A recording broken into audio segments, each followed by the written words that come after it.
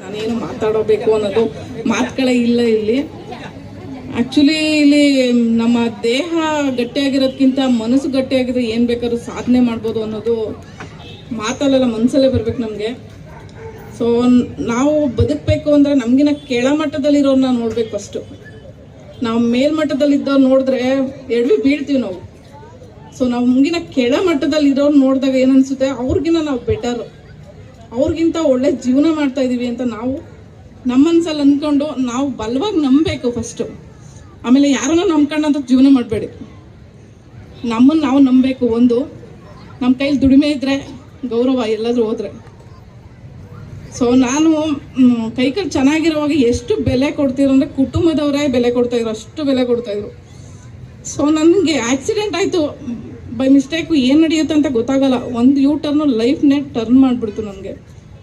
ಆಕ್ಸಿಡೆಂಟಲ್ಲಿ completely ನಾನು ಸೊಂಟದಿಂದ ಕಾಲವರೆಗೂ ಸ್ವಾಧೀನ ಕಳ್ಕೊಂಡೆ. So ಆ ಸ್ವಾಧೀನ ಕಳ್ಕೊಂಡಾದ್ಮೇಲೆ ನನ್ನವ್ರು ಯಾರು ಅಂತ ನನಗೆ ಒಂದು ಪರಿಚಯ ಆಯಿತು. ನಾನಿವತ್ತು ತವ್ರ ಮನೆಯವರ ಆಶ್ರಯನೂ ಪಡ್ಕೊಳ್ಳಿಲ್ಲ, ಗಂಡನ ಮನೆ ಆಶ್ರಯನೂ ಪಡ್ಕೊಳ್ಳಿಲ್ಲ. ಇವತ್ತು ಇಂಡಿಪೆಂಡೆಂಟಾಗಿ ಬಂದು ನಾನೇ ಬಾಡಿಗೆ ಮನೆಯಲ್ಲಿ ಬದುಕೊಳ್ತಾ ಇದ್ದೀನಿ, ಒಂದು ಸೋಷಿಯಲ್ ಮೀಡಿಯಾನ ಯೂಸ್ ಮಾಡ್ಕೊಂಡು. ಸೊ ಅದನ್ನು ಒಳ್ಳೆ ರೀತಿಯಲ್ಲಿ ಯೂಸ್ ಮಾಡ್ಕೋಬೋದು, ಕೆಟ್ಟ ರೀತಿಯಲ್ಲಿ ಯೂಸ್ ಮಾಡ್ಕೋಬೋದು. ಸೊ ಕೆಟ್ಟದ್ದು ಮಾಡೋಕ್ಕೆ ನೂರಾರು ದಾರಿಗಳಿದ್ದಾವೆ. ಆದರೆ ಒಳ್ಳೇದು ಮಾಡ್ಕೊಂಡು ನ್ಯಾಯಯುತವಾಗಿ ಬದುಕೋದಿದೆಯಲ್ಲ, ಅದು ತುಂಬ ಕಷ್ಟ. ಬಟ್ ಒಂದು ಹೆಸರು ಸಂಪಾದನೆ ಮಾಡೋದು ಅಷ್ಟೇ ಕಷ್ಟ ಇದೆ. ಬಟ್ ಗೊತ್ತಿಲ್ಲ ಜೀವನ ಯಾವಾಗ ಚೇಂಜ್ ಆಗುತ್ತೋ ಗೊತ್ತಿಲ್ಲ. ಕಾಲಿರೋರ್ಗೆ ಕೈ ಇರೋರ್ಗೆ ಎಲ್ಲ ಚೆನ್ನಾಗಿದ್ದೀವಿ ಅನ್ಕೋಬೋದು, ಮಧ್ಯದಲ್ಲಿ ಏನಾಗುತ್ತೋ ಗೊತ್ತಿಲ್ಲ. ಜೀವನ ಅನ್ನೋದು ಇದೇ ಥರ ಇದೆ.